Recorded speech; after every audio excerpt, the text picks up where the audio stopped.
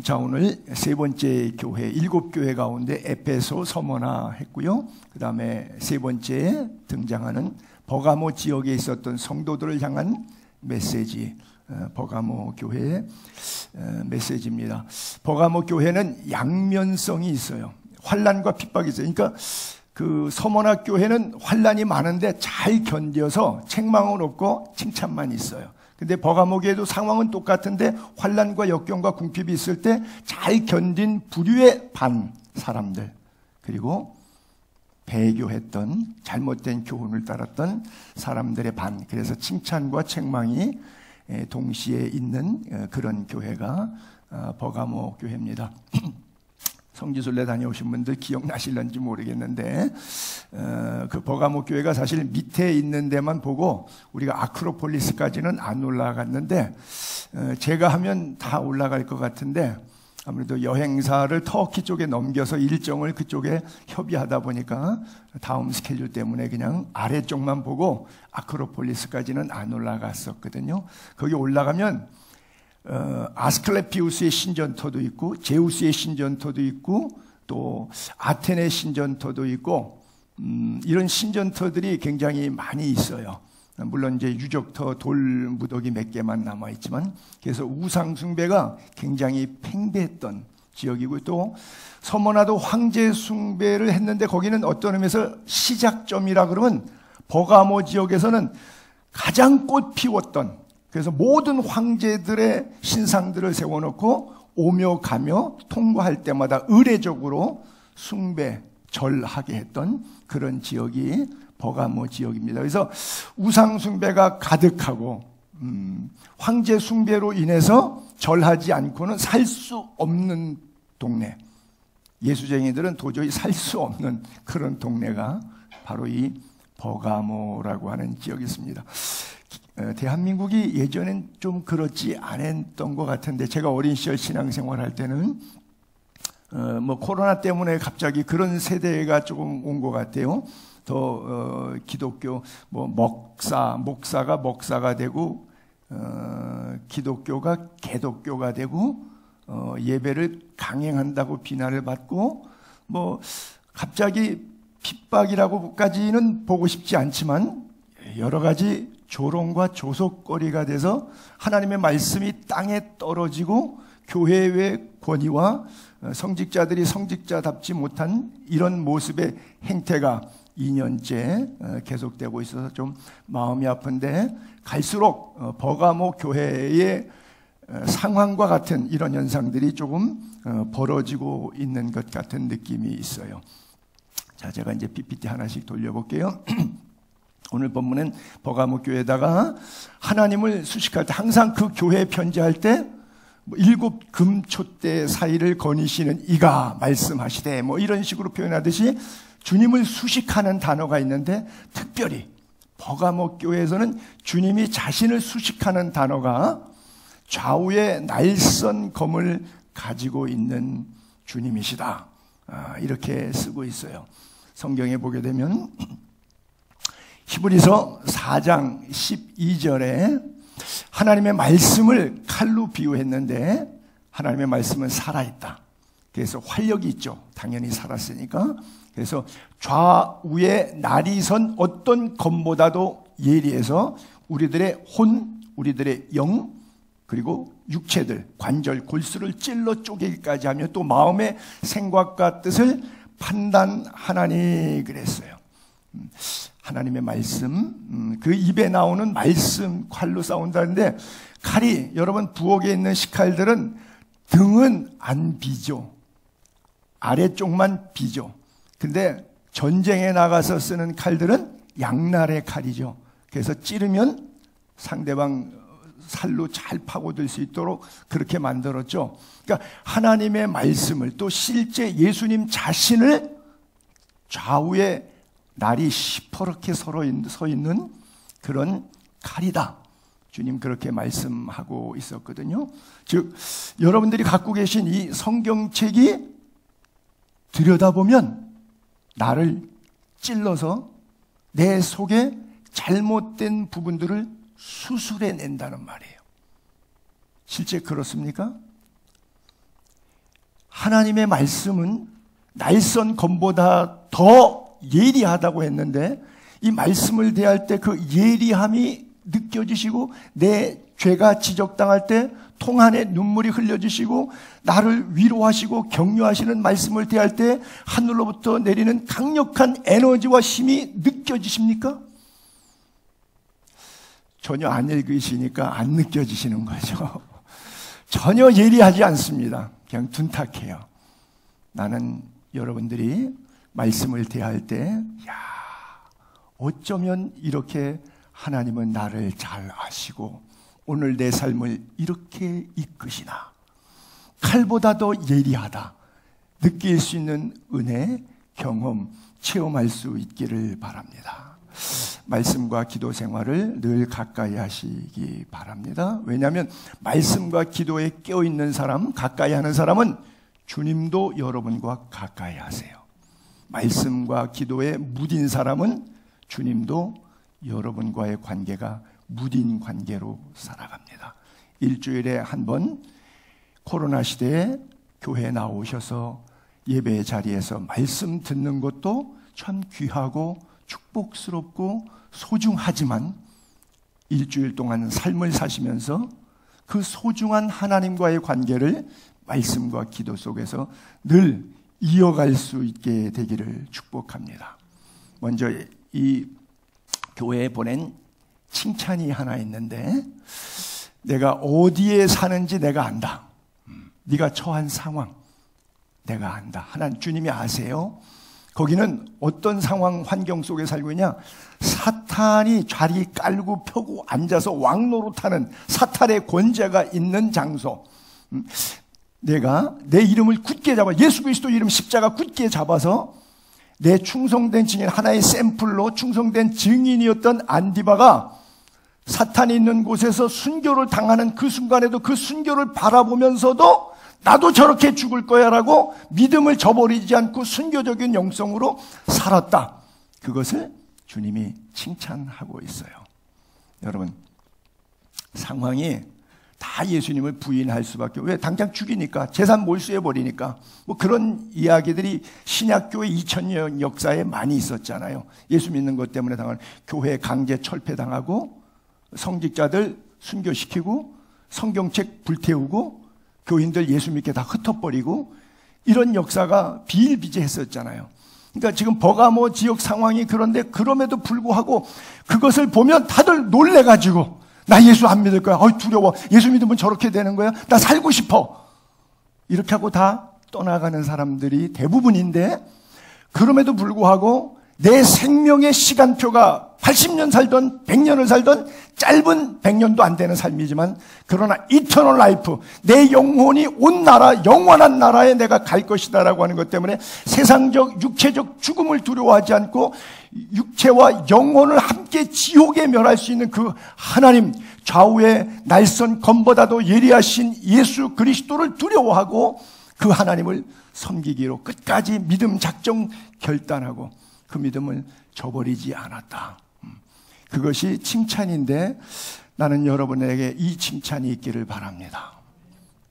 여러분, 사탄의 권자 동네에 살던 버가모 교회에 정말 순수한 순교적 영성으로 시대를 살아갔던 그 성도들의 모습에 비하면 반대로 에덴 동산에서 살았잖아요. 아담과 하와는 다 가졌잖아요.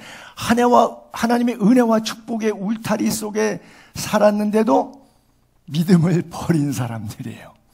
그렇죠? 너무 아담과 하와의 수준과 안디바와 그것을 보면서 나도 저렇게 주님을 만나면 영광스럽겠다 생각하는 사람들 너무 다르지 않겠어요? 주님께서 믿음 없이 선악과를 통해서 믿음을 저버린 아담을 찾아가셔서 물으셨어요. 아담아, 아담아, 내가 어디 있느냐? 두려워서 하나님의 얼굴 낯을 피해서 숨었죠. 어디에 살고 있습니까? 여러분들의 육적인 주소, 손용삼의 육신 주소는 죽전동이에요. 그러면 손용삼이가 죽전동에 사는 껍데기, 육신, 질그릇, 찰흙덩어리가 손용삼이냐? 껍데기는 그래요. 그런데 손용삼의 속사람은 어디에 살고 있느냐? 말씀 안에 살고 있는가? 말씀 밖에 살고 있는가? 여러분은 지금 어디 사시고 계십니까? 여러분, 하나님께서 왜 인간을 만드시고 다른 거는 보시기에 좋았더라, 궁창이 있으라 보시기에 좋았더라, 해달별이 있으라 보시기에 좋았더라, 빛이 있으라 보시기에 좋았더라, 굳이 사람은 만들어 놓으시고는 looking so good, 보시기에 심히 좋았더라. 그 사람 만드신 것을 한탄하세요. 여호와께서 사람이 죄악이 세상에 까뜩한 마음으로 생각하는 모든 계획이 항상 악한 뿐일 것이고, 근데 하나님께서 싹 쓸어버리시려고 했을 때 이르시되 내가 창조한 사람을 지면에서 싹 쓸어버리겠다. 사람, 가축, 기는 것, 공중의 새까지 전부 다. 왜? 그걸 지었음을 한탄했기 때문이다. 그런데 노아는 여호와께 은혜를 입었더라. 우리가 좋아하는 grace of God, 하나님의 은혜라고 하는 단어가 성경에 제일 먼저 쓰여진 첫 번째 나오는 구절이 창세기 6장 8절에 처음 나와요. 우리가 좋아하는 그 은혜라는 단어가, 즉 사탄의 권자와 같고 죄악이 가득하고 하나님이 쓸어버릴 수밖에 없는 사탄의 권자가 가득한 그 속에서도 하나님의 은혜가 우리에게 흐르고 있음을 믿으시기 바랍니다. 말할 수 없는 은혜, 은혜 아니면 나 서지 못하리. 그렇죠? 그 은혜가 여러분 속에 있기를 바랍니다. 여러분, 하나님의 진노는 방주 주변에만 홍수가 내린 게 아니라 방주에도 홍수가 내렸어요. 그렇잖아요. 방주에도, 불신자에게만 아니라 신자들에게도 하나님의 진노는 이랬어요. 신자와 불신자 모두에게 태양과 바람을 골고루 다 주셨어요.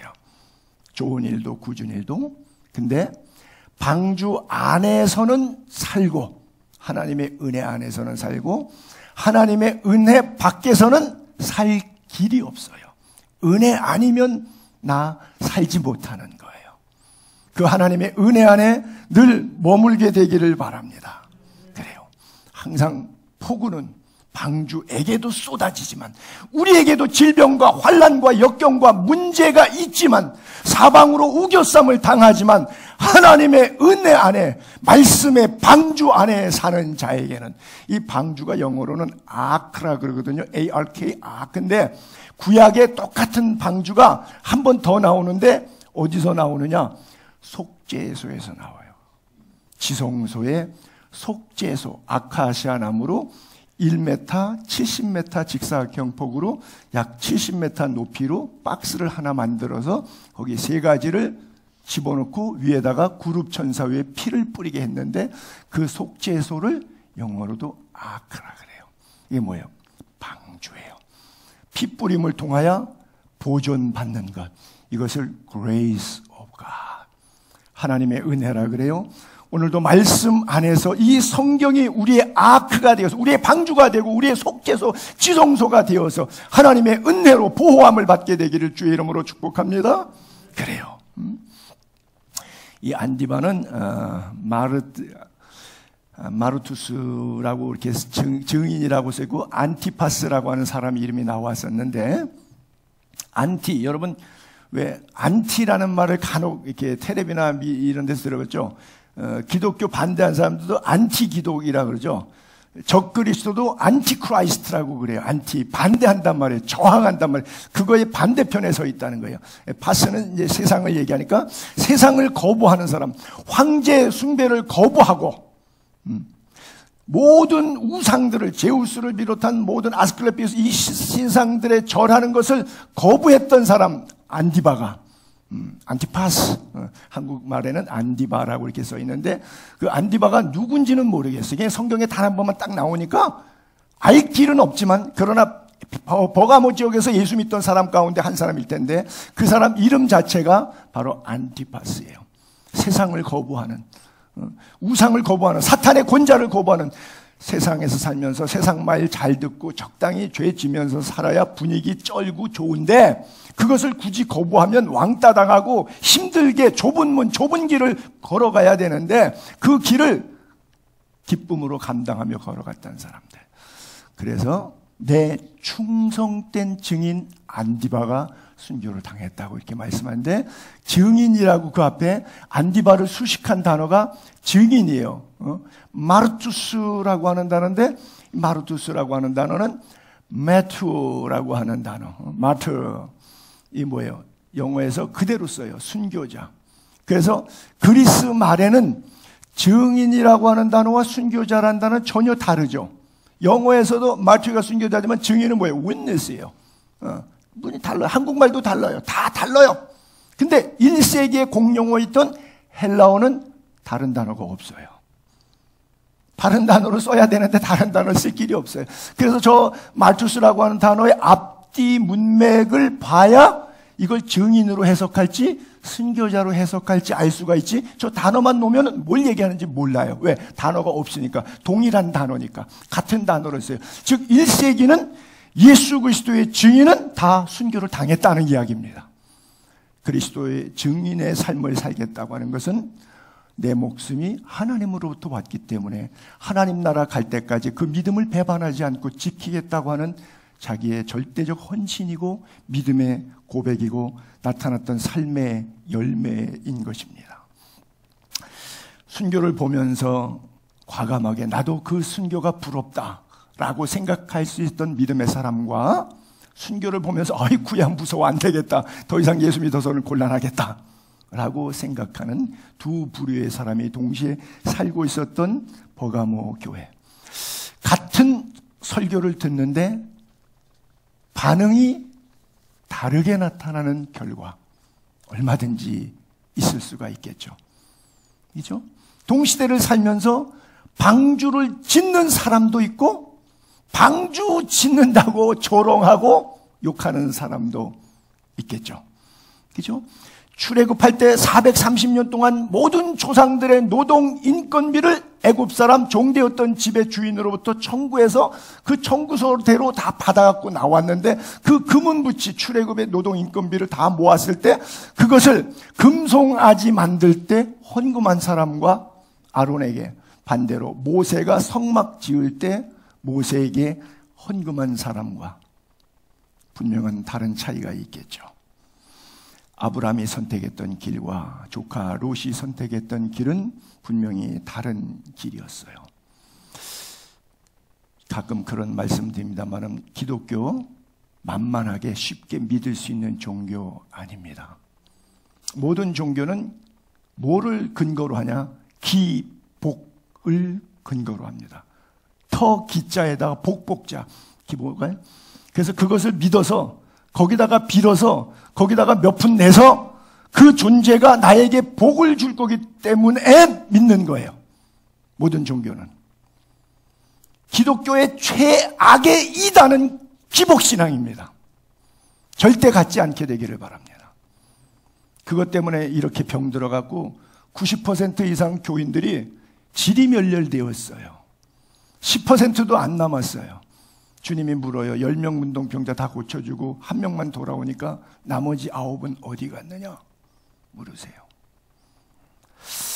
죽도록 충성하는 은혜가 있게 되기를 바랍니다. 요한계시록에 보면 이게 가치가 있기 때문에 그래요. 여러분들의 생명의 주인이 하나님이시라서 그래요.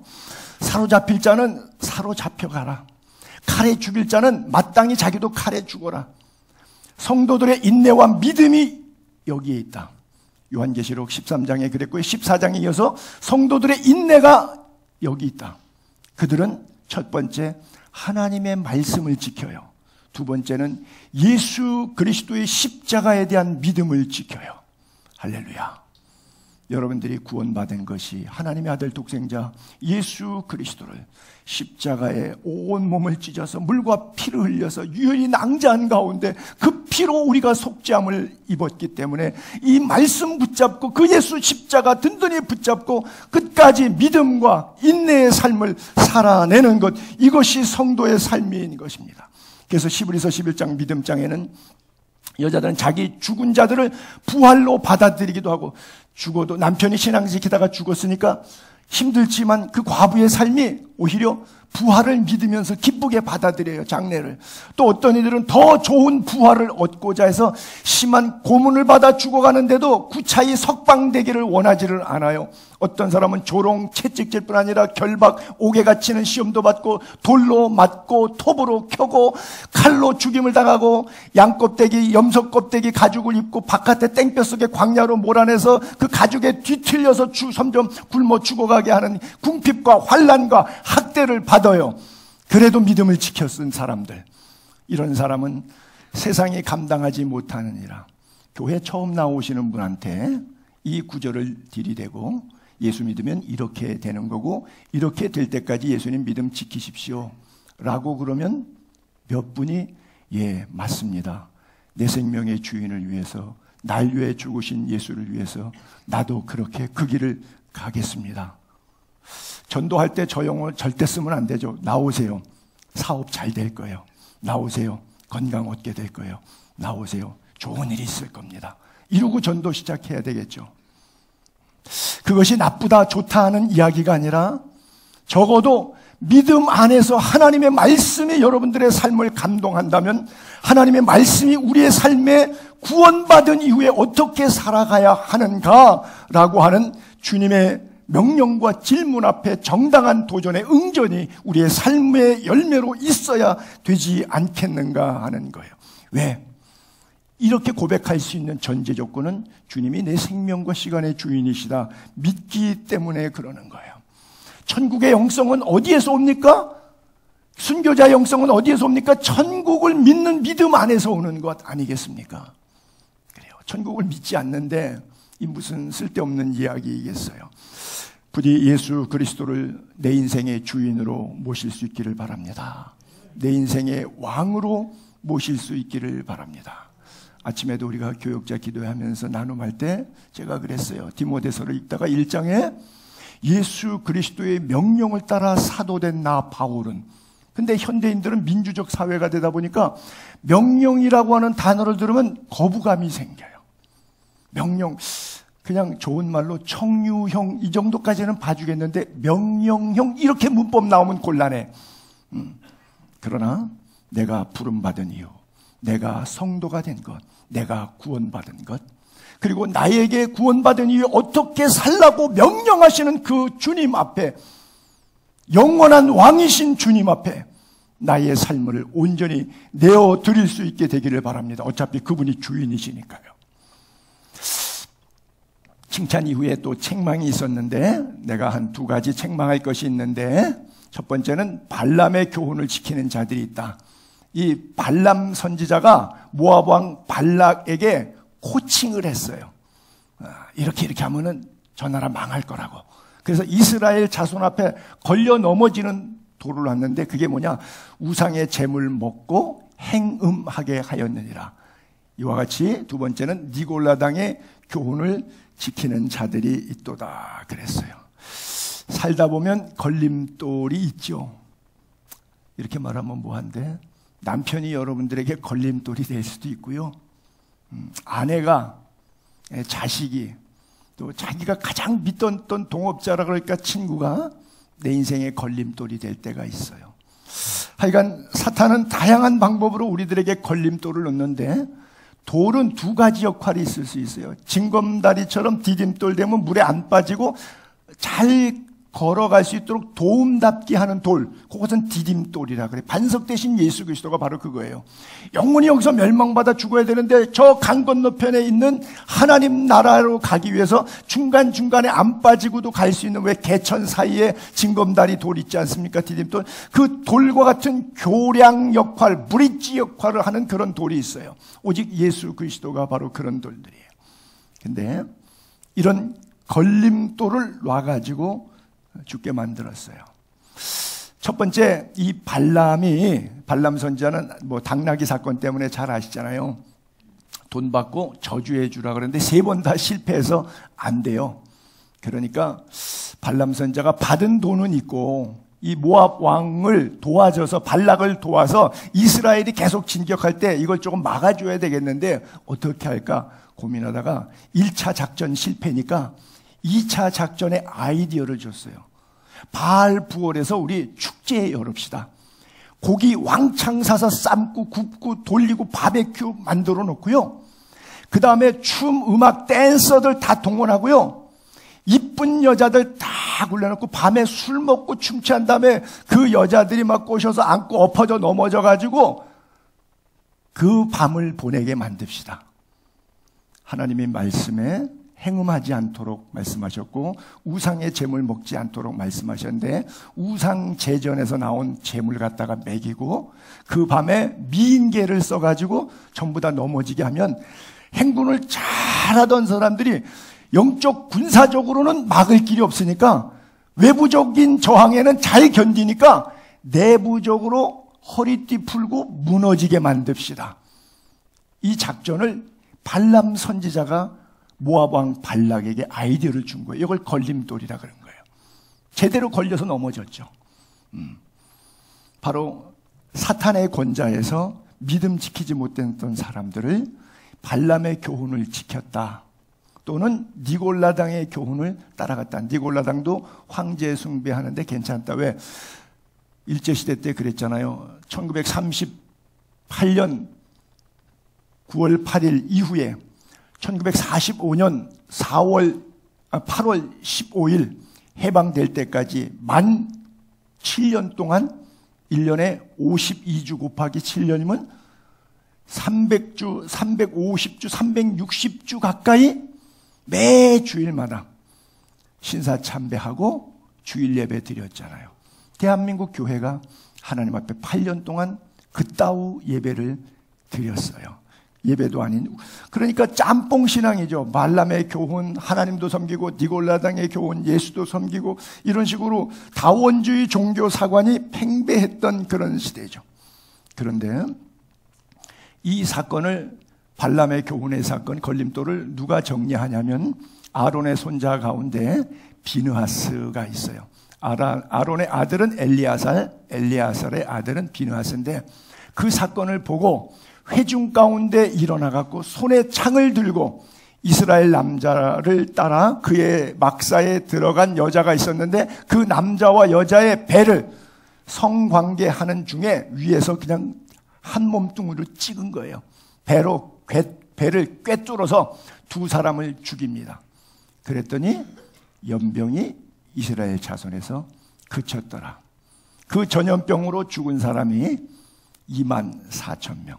바알 부월에 참가해서 2차 작전에 성공이 돼가지고 하나님께서 진노하셔서 전염병을 보내서 그 사건을 종결 지을 때까지, 그를 꿰뚫어서 죽일 때까지 24,000명이 죽었어요.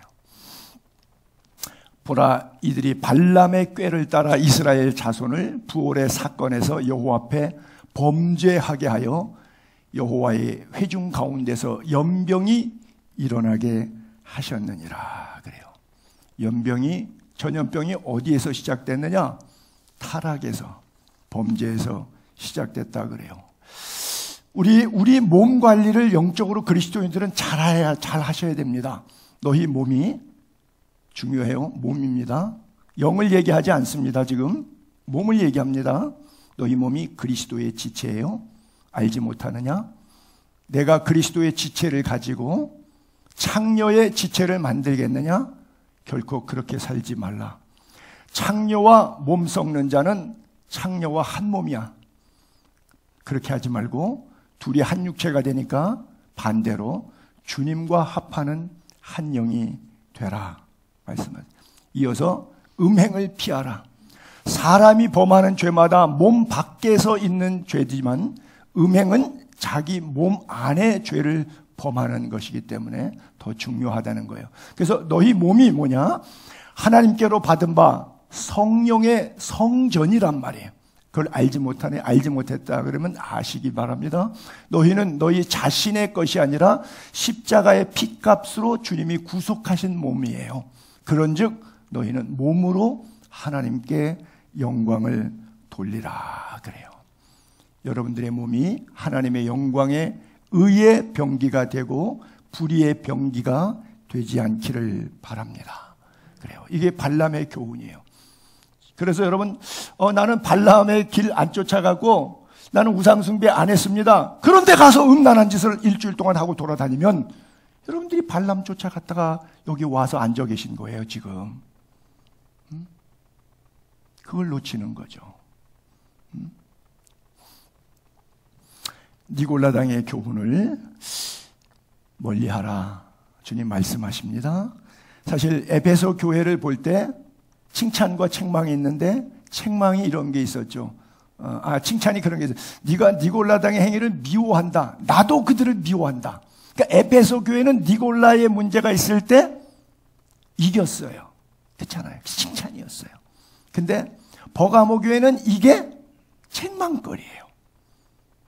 하나님의 말씀은 똑같은데 에페소의 성도들의 심령 상태는 니골라당의 교훈을 이길 힘이 있고 버가모 지역에 살았던 성도들에게는 니골라당의 교훈을 이길 힘이 없는 거예요. 하나님의 말씀은 동일한데 반응하는 성도가 달랐어요. 이 버가모 교회의 문제는 바로 이 문제예요. 여러분들이 신앙생활이에요. 여러분들이 목사예요, 장로예요, 권사예요, 집사예요. 그래서 교회에 나와요. 그런데 일주일 동안 어떻게 사셨느냐 하는 거예요. 일주일 동안 어떻게 살고 계십니까? 몸으로 하나님께 영광을 돌리고 계십니까? 우리들의 신앙생활에 어떤 건 되고 어떤 건 안 되는 기준이 뭐냐? 성경이 아니라 내 감정, 내 호주머니의 능력, 내 지적 수준이 내 삶의 기준이기 때문에 그래요. 여러분들이 얼마나 많이 배웠던, 얼마나 많이 가졌던, 얼마나 많은 권력과 경험을 향유하고 있던 상관없어요. 여러분들의 삶의 모든 잣대와 기준은 오직 성경이어야만 합니다. 하나님의 말씀이어야 됩니다. 그러면 흔들리지 않을 거예요. 근데 말씀 읽지도 않고 기도하지도 않고 예배 자리에 나오지도 않으니까 하나님의 말씀이 흔들리는 거예요. 그리고 나와서 50년을 믿었는데도 왜 흔들리느냐? 내 인생의 주인이 내 감정이었지 말씀이 아니었던 거예요. 그 말씀은 지식적인 이해로 창세기부터 요한계시록까지 순서대로 꿰뚫어서 성경 기준을 1등할 수 있고 성경 암송을 1등할 수 있는데도 삶의 인격의 가정의 경제권의 변화는 전혀 없어요. 전혀 없어요. 50년 전이나 지금이나. 이유가 뭘까요? 기준이 나예요. 나의 기준에서 말씀의 기준으로 옮겨질 수 있게 되기를 바랍니다. 요한계시록에 끊임없이 우리들에게 말씀하시는 하나님의 요구, 피 묻은 십자가의 사랑의 메시지는 교회를 향한 거예요. 그 교회가 누구예요? 나예요. 건물이 교회가 아니라 영혼이 교회예요. 여러분들에게 주시는 말씀이요. 여러분들을 한 영혼이라도 더 지옥으로 가지 아니하고 천국으로 이끌어내기 위한 주님의 사랑의 메시지인 거예요. 여러분의 감정으로 예수 믿는 것이 아니라 내 방법대로 예배하는 것이 아니라 하나님이 규정하신 대로 하나님이 살라 명하신 대로 예배하고 살 수 있게 되기를 바랍니다. 특별히 사사기에 나오는 최대 인물, 스토리가 가장 많은 사람은 삼손이에요. 13, 14, 15, 16장 웬만한 사람은 짧게 넘어가는데 장수만 해도 넉 장이나 스토리를 할애할 정도로 삼손. 저는 삼손을 무척 좋아해요. 제 이름하고 똑같아서. 영삼손인데 미들네임 영은 빼도 되니까 삼손이 되기 때문에 저는 삼손을 너무너무 좋아해요. 왜요? 자랑스럽잖아요. 여러분 이름 성경에 나와요? 안 나오죠? 제 이름은 성경에 나오는 이름이에요. 바이블 네임이에요. 농담이었고요. 삼손이 나시린의 규례를 3가지, 술 취하지 말라, 독주를 멀리하라, 시체를 가까이 하면 안 된다. 그렇죠? 죄의 삭은 사망이기 때문에 죄에 대한 가장 웅변적인 설명이 시체, 장례 문제라고요. 사람은 안 죽게 창조됐는데 죽는다는 얘기는 죄싹이기 때문에요. 그래요. 그리고 머리 자르지 말아라, 삭도를 머리에 대지 말라 그랬어요. 그런데 사사기 16장 끝부분에 가면 들릴라가 날마다 졸라요. 3번째까지는 거짓말했는데 4번째는 할 수 없이 얘기하는데 얘기하기 직전에 성경은 이렇게 서술되어 있어요. 삼손의 마음 상태를. 삼손의 마음이 번뇌하여 죽을 지경이라. 삼손이 진심을 드러내서 그 얘기를 해. 내 머리는 삭도되지 않았다.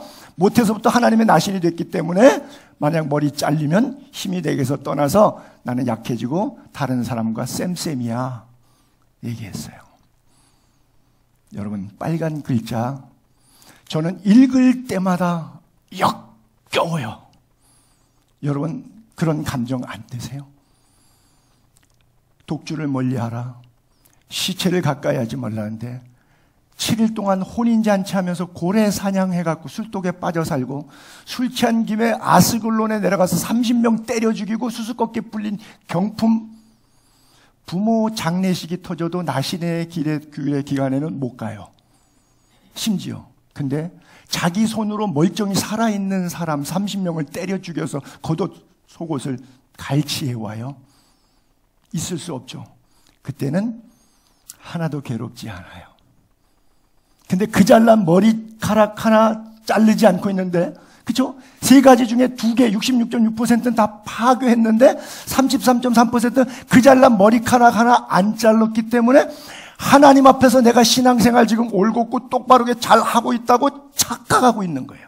그러니까 그때는 이거 무너질까봐 막 괴로워서 너무 힘들어하는 거예요. 그것이 어떤 사람에게는 11조일 수 있고 어떤 사람에게는 주일 성수일 수 있고 자기가 좋아하는 뭐 교사든 성가대든 뭐 취사봉사든 어떤 자기가 좋아서 하고 있는 그 봉사, 그거 하나 못하고 그것 때문에 예배 빠지게 되면 막 마음이 괴로워. 나머지는 다 파괴된 지가 언젠데 여호와께서 이미 그가 자기를 떠나신 줄을 알지 못하니라. 그게 사사기서 16장 20절에 그렇게 써 있어요.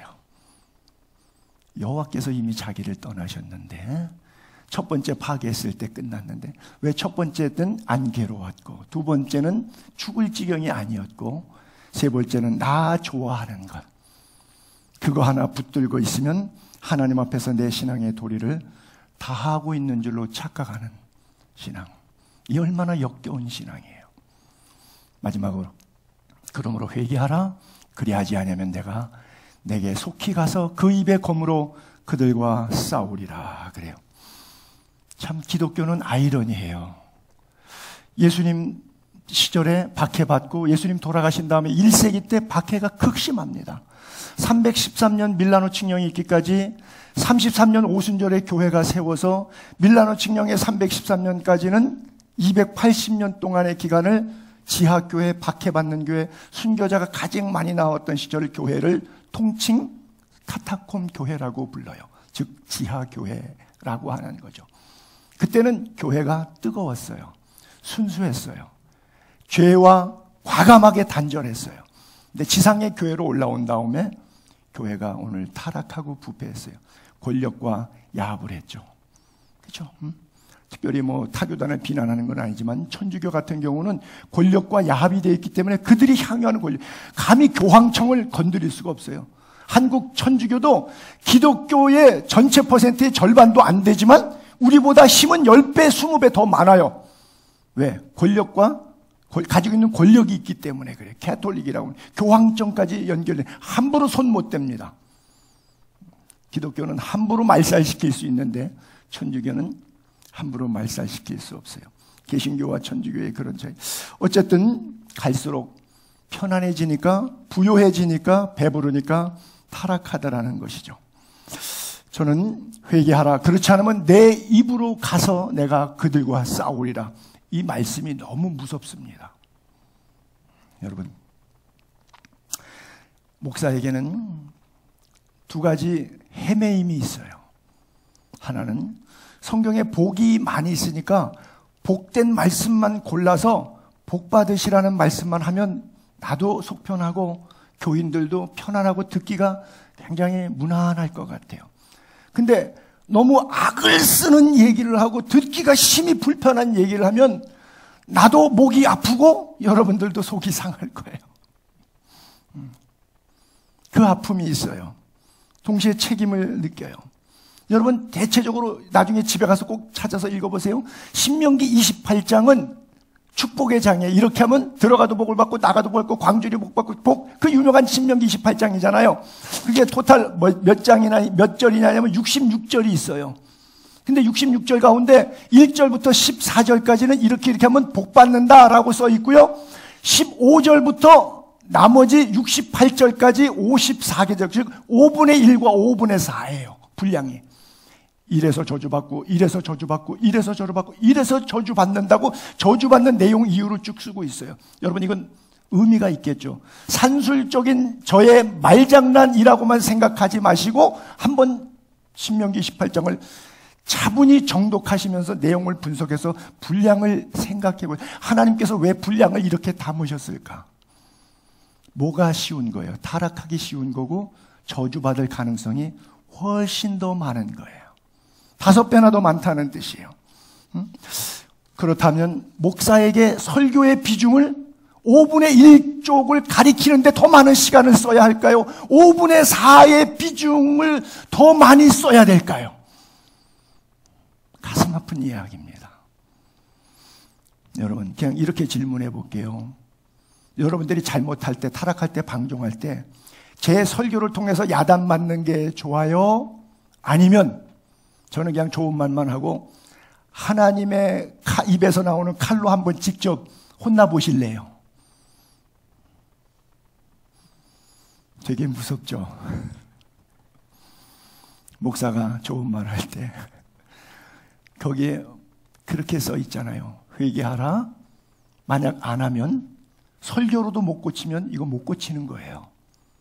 주님이 가서 손 보시겠다는 거예요. 제가 손 볼까요? 주님 보고 손 보시라 그럴까요? 아주 공갈 세게 하네.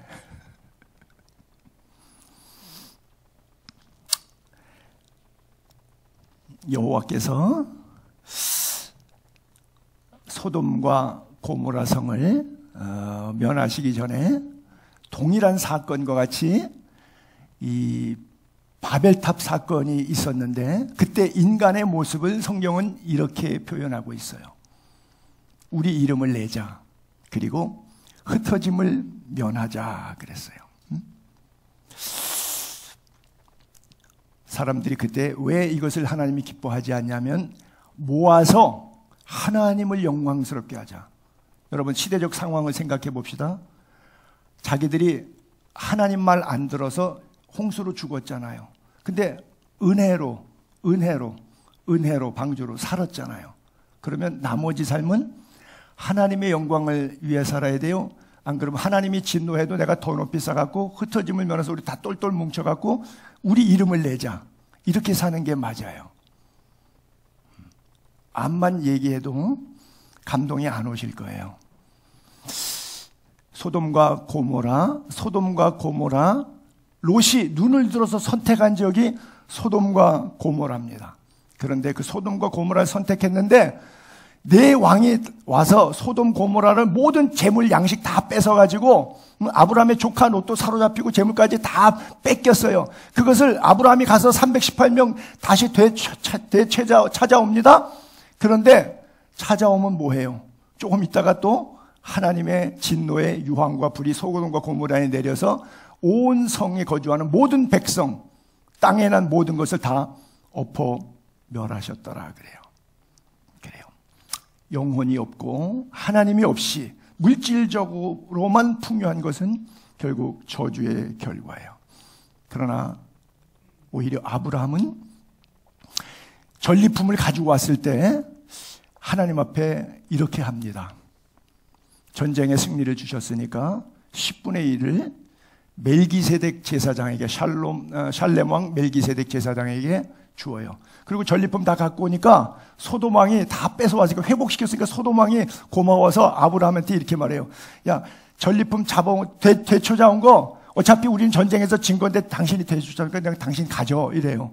그냥 가져. 그랬더니 아브라함이 이렇게 말해요. 소돔 왕에게 천지의 주제. 이게 뭐야? 하늘과 땅의 주인이시라는 거예요. 돈의 주인이시란 말이에요. 하나님이 돈의 주인이라는 거예요. 너는 네가 주인이겠지만 지극히 높으신 여호와 하나님, 내가 그 하나님께 맹세한다. 네 돈 실오라기 하나, 들매끈 하나 내가 안 가질 거야. 왜?